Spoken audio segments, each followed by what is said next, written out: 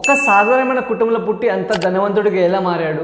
అప్పట్లో ఉండడానికి ఇల్లు లేకుండా కూడా ఇప్పుడైతే మన దేశంలోనే అత్యంత ధనవంతుడిగా మారిన ముఖేష్ అంబానీ వాళ్ళ నాన్నగారు ధీరుభాయ్ అంబానీ గురించి అయితే ఈ వీడియోలో అయితే మాట్లాడుకుందాం. ధీరుభాయ్ అంబానీ గుజరాత్లో ఒక చిన్న ఊర్లో అయితే జన్మించడం జరిగింది. సో వాళ్ళ నాన్నగారు వచ్చేసి టీచర్ అండ్ వాళ్ళ అమ్మగారు వచ్చేసి హౌస్ వైఫ్ అన్న.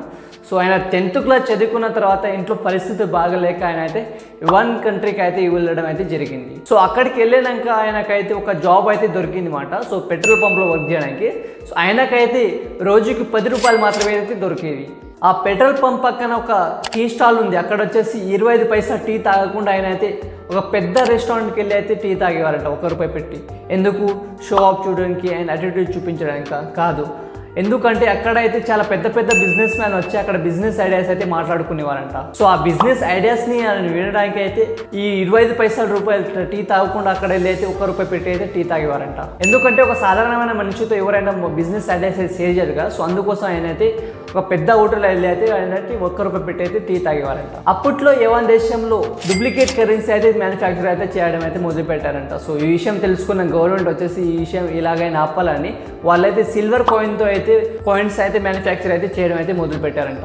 ఎందుకంటే ఈ సిల్వర్ కాయిన్స్ని అయితే ఎవరైతే డూప్లికేట్గా మారలేదు కదా. సో అందుకోసం అయితే ఈ కాయిన్స్ అయితే మ్యానుఫ్యాక్చర్ అయితే చేయడం అయితే మొదలు పెట్టారు. రోజు అలాగే ధీరుభాయ్ అంబానీ ఆ హోటల్కి వెళ్ళి టీ తాగుతూ ఇద్దరు బిజినెస్ మ్యాన్స్ వచ్చి ఇలా మాట్లాడుకున్నారంట. మన దేశంలో ఉన్న కాయిన్స్ ఎవరైనా మెల్ట్ చేసి అమ్మితే వాళ్ళైతే లక్షల్లో సంపాదిస్తారండి. సో ఈ విషయం విన్న ధీరుభాయ్ అంబానీ సో దాని గురించి రీసెర్చ్ చేయడం అయితే మొదలుపెట్టారు.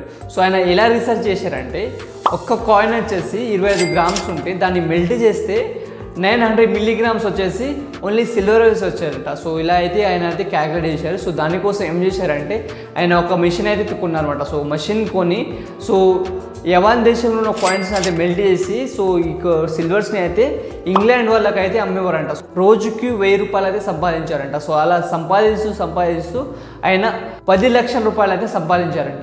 తర్వాత ఇండియాకి వచ్చి ఆయన అయితే వేరే బిజినెస్ అయితే మొదలు పెట్టారనమాట. సో ఆయన ఈ రిలయన్స్ అనేది పెద్ద కంపెనీ అయితే ఎస్టాబ్లిష్ చేశాడు. సో రిలయన్స్ పెట్టక ముందే ఆయన ఏ బిజినెస్ స్టార్ట్ చేశారో సో అలాంటి విషయాలు తెలుసుకోవాలనుకుంటే కింద అయితే కామెంట్ చేయండి. సో నేను నెక్స్ట్ వీడియో చేయడానికి ట్రై చేస్తాను.